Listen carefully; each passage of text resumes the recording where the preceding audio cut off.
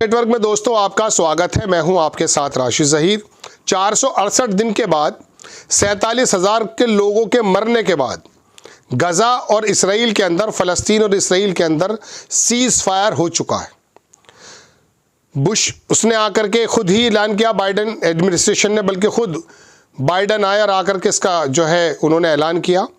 Trump का envoy वहाँ पहुँचा हुआ था और वहाँ पर आकर इसराइल का जब उसने दौरा किया तो नेतन्याहू को किसी भी प्रकार से उसने कन्विंस करके ट्रंप की धमकियाँ, समझिए, चूँकि उसने कह दिया था कि मेरे 20 जनवरी ऑफिस ज्वाइन करने से पहले पहले आप लोग सीज़ फायर कर लें वरना मिडिल ईस्ट को मैं हेल बना दूंगा।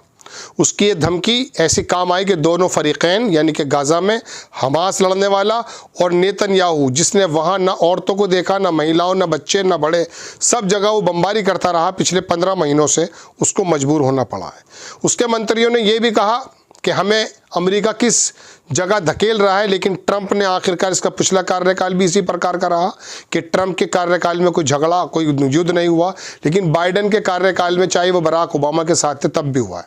कुछ खबरें मैं आपको और बता देता हूँ कि किस तरह से क्या क्या इसके एग्रीमेंट्स हुए हैं। ये पहला देख लीजिए, ये वाइट हाउस का एलामिया है, स्टेटमेंट है। इसके अंदर बाइडन ने आकर के खुद बताया कि वो कर चुके हैं, लेकिन ट्रंप इस बात को आगे बढ़ाएंगे।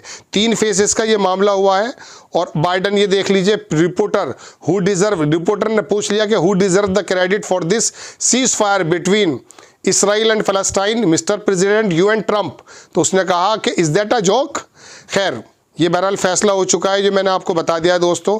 ट्रंप की तरफ से देख लीजिए, खबर आई है कि president elect Donald Trump claims credit for the Gaza ceasefire, declaring it historic achievement, signaling a new era of the US leadership। America की एक नई तरीके की लीडरशिप सामने आएगी, ये पूरा का पूरा उनका बयान आ चुका है। और ये सेलिब्रेशन देख लीजिए, गाजा के अंदर चल रहा है celebration tonight in Gaza strip. वहाँ 1000 जो फ़लस्तीनी इनकी कैद हैं, जो इसराइल की जेलों में है, उनको छोड़ने की बात बनी है। और मैं आपको बता दूं, 33 यरगमाली यानी कि प्राइजनर जो उनके हैं, जो हमास ने यरगमाली बना लिए थे, एबडक्टी थे, उनको छोड़ने की बात हुई है। 3 उसमें ये काम हुआ है दोस्तों, मैं आपको दिखा देता हूं। Israel and Hamas reach cease fire agreement, CNN ने लिखा, agreement is in the 3 stages, the first will last 42 दिन का पहला जो है ये स्टेज है। इसके अंदर 33 इसराइली हॉस्टेजेस जो हैं वो हमास की तरफ से छोड़े जाएंगे। Israel will release several 100 Palestinians hostages. Several 100 का मतलब 1000 की मैं आपको बात बता रहा हूँ। इसमें 200 लोग तो ऐसे हैं जिनको वो उम्र कैद की सज़ा, जिन्होंने इसराइलियों को भी मारा है, उनकी उम्र कैद की सज़ा लेकिन अब चूंकि हमास के लोग एक दिन पहले तक भी अपनी लड़ाई को लड़ते रहे थे, 62 फ़लस्तीनी मारे ज़रूर गए थे, लेकिन बराबर इसराइल और नेतन्याहू और इसराइल की फ़ौजों को वो नुकसान पहुंचा रहे थे। आखिरकार उनकी तमाम वो शर्तें मानी गई हैं। फिलाडेल्फी कॉरिडोर हो, नेट्राजिम कॉरिडोर इनका था बीच में, अलमवासी करके, उसके अंदर से भी इसराइल के तमाम ट्रूप्स बाहर जाएंगे। ये हुआ है। आगे लिखते हैं वो कि इसराइल विल रिलीज कई सौ लोगों को छोड़ेगा, including those convicted for killing Israelites. जो इसराइल के मारने पे कन्विक्टेड है उनको भी छोड़ेगा। Palestinian in Gaza can return, वो फ़लस्तीनी जो है वो वापस जा सकते हैं। कुछ लोगों के बारे में कहा जा रहा है कि वो टर्की भी जाएंगे, मिस्र भी जा सकते हैं। Negotiation on the next stages the agreement will begin, 16 दिन के बाद से दूसरा जो है मुआहदा शुरू हो जाएगा, ये इनका कहना है। अब आपको दोस्तों एक बात मैं और बता दूं, seize fire between Israeli Palestine is on, इसको छोड़ दीजिए, दूसरी खबर दिखाता हूं आपको मैं। ये और भी बहुत दुनिया के लोगों की तरफ से बात आई है। ये हमास के शायद क्या नाम है, खलील अल हया, head of the Hamas in the Gaza strip, इनका भी एक बयान आया है और इन्होंने तमाम उन लोगों का शुक्रिया अदा किया, खास करके ईरान का, कि ईरान ने हमें इसको सपोर्ट किया। हिजबुल्लाह, ईरान और ये हूतीज़ वगैरह, ये सब लोग शामिल थे इस लड़ाई में। 15 महीने 468 दिन तक वह नरसंहार चला। इसराइल के भी हज़ारों सैनिक मार दिए गए। इसराइल हालांकि इस बात को एडमिट नहीं करता, वो चंद सौ बताता है, लेकिन फिर भी उसके सैकड़ों टैंक वहाँ से तबाह हुए हैं। और फ़लस्तीन एक छोटी सी पट्टी 28 किलोमीटर की है, गजा पट्टी, जहां पर यह नरसंहार चल रहा था। बाइडन ने कहा कि Gaza deal was developed under the his administration, उनके एडमिनिस्ट्रेशन के अंडर ये गजा डील हो चुकी है। But terms will be implemented by the Trump team, बाकी ट्रंप की जो टीम है वो वापस जाएगी। हमास की तरफ से भी एक इश्यूड हुआ है स्टेटमेंट और उन्होंने कहा कि हमारा ये हो चुका है और फ़लस्तीनी लोगों की जीत है, इस तरह की उन्होंने अपनी अपनी बातें कहना शुरू कर दी हैं। Gaza cease fire deal officially declared, ये आया है। अल मायादीन एक बड़ा लेबनान का वो है, वहाँ पे कतर के जो प्राइम मिनिस्टर हैं उनका बयान। ये कतर असल में ये बीच में मध्यस्थता कर रहा था अमेरिका के कहने से, यूएई कतर ये सब लोग लगे हुए थे और इनकी वजह से ये काम बन पाया। जब तक बाइडन थे, ब्लिंकन आते थे, हर बार हो जाता था लेकिन होता नहीं था।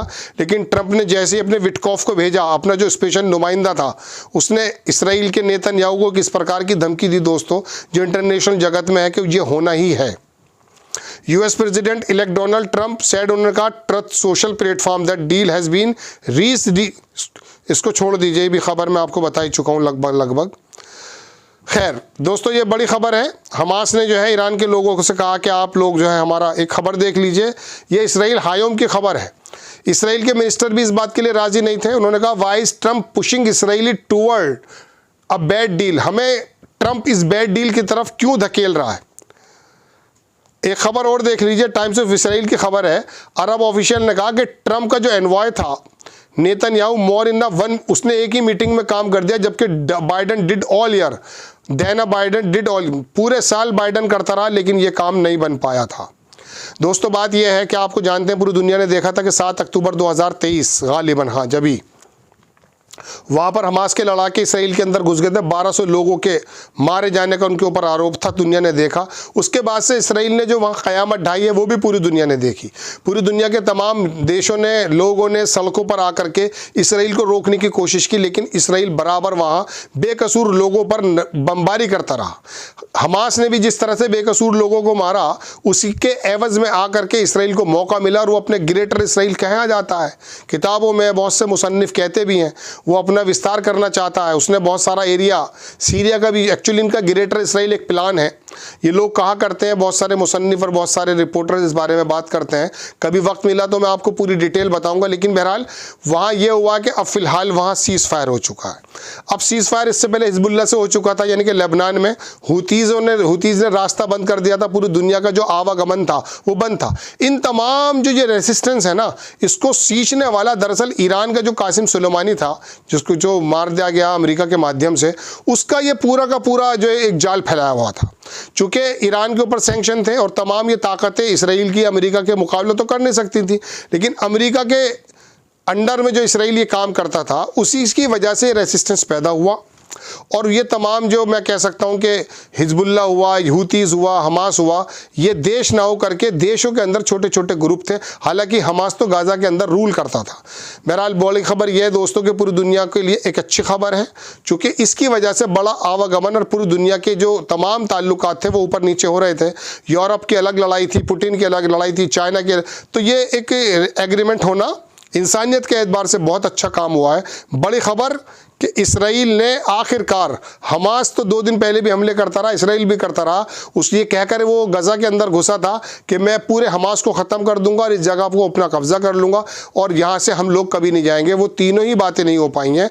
इसका मतलब ये है कि वो 15 महीने की लड़ाई के बाद आखिरकार वो रेसिस्टेंस जो याह्या सिनवार के भाई, एक बात मैं आपको और बता दूँ कि ये जो डील है वो याह्या सिनवार के भाई ने ही इसको जो है सिग्नेचर किया। आपको खबर कैसी लगी अपनी राय कमेंट्स बॉक्स में ज़रूर दीजिए। चैनल को सब्सक्राइब कीजिए, शेयर कीजिए। नेक्स्ट टाइम मैं किसी खबर के साथ हाजिर होता हूँ। जय हिंद।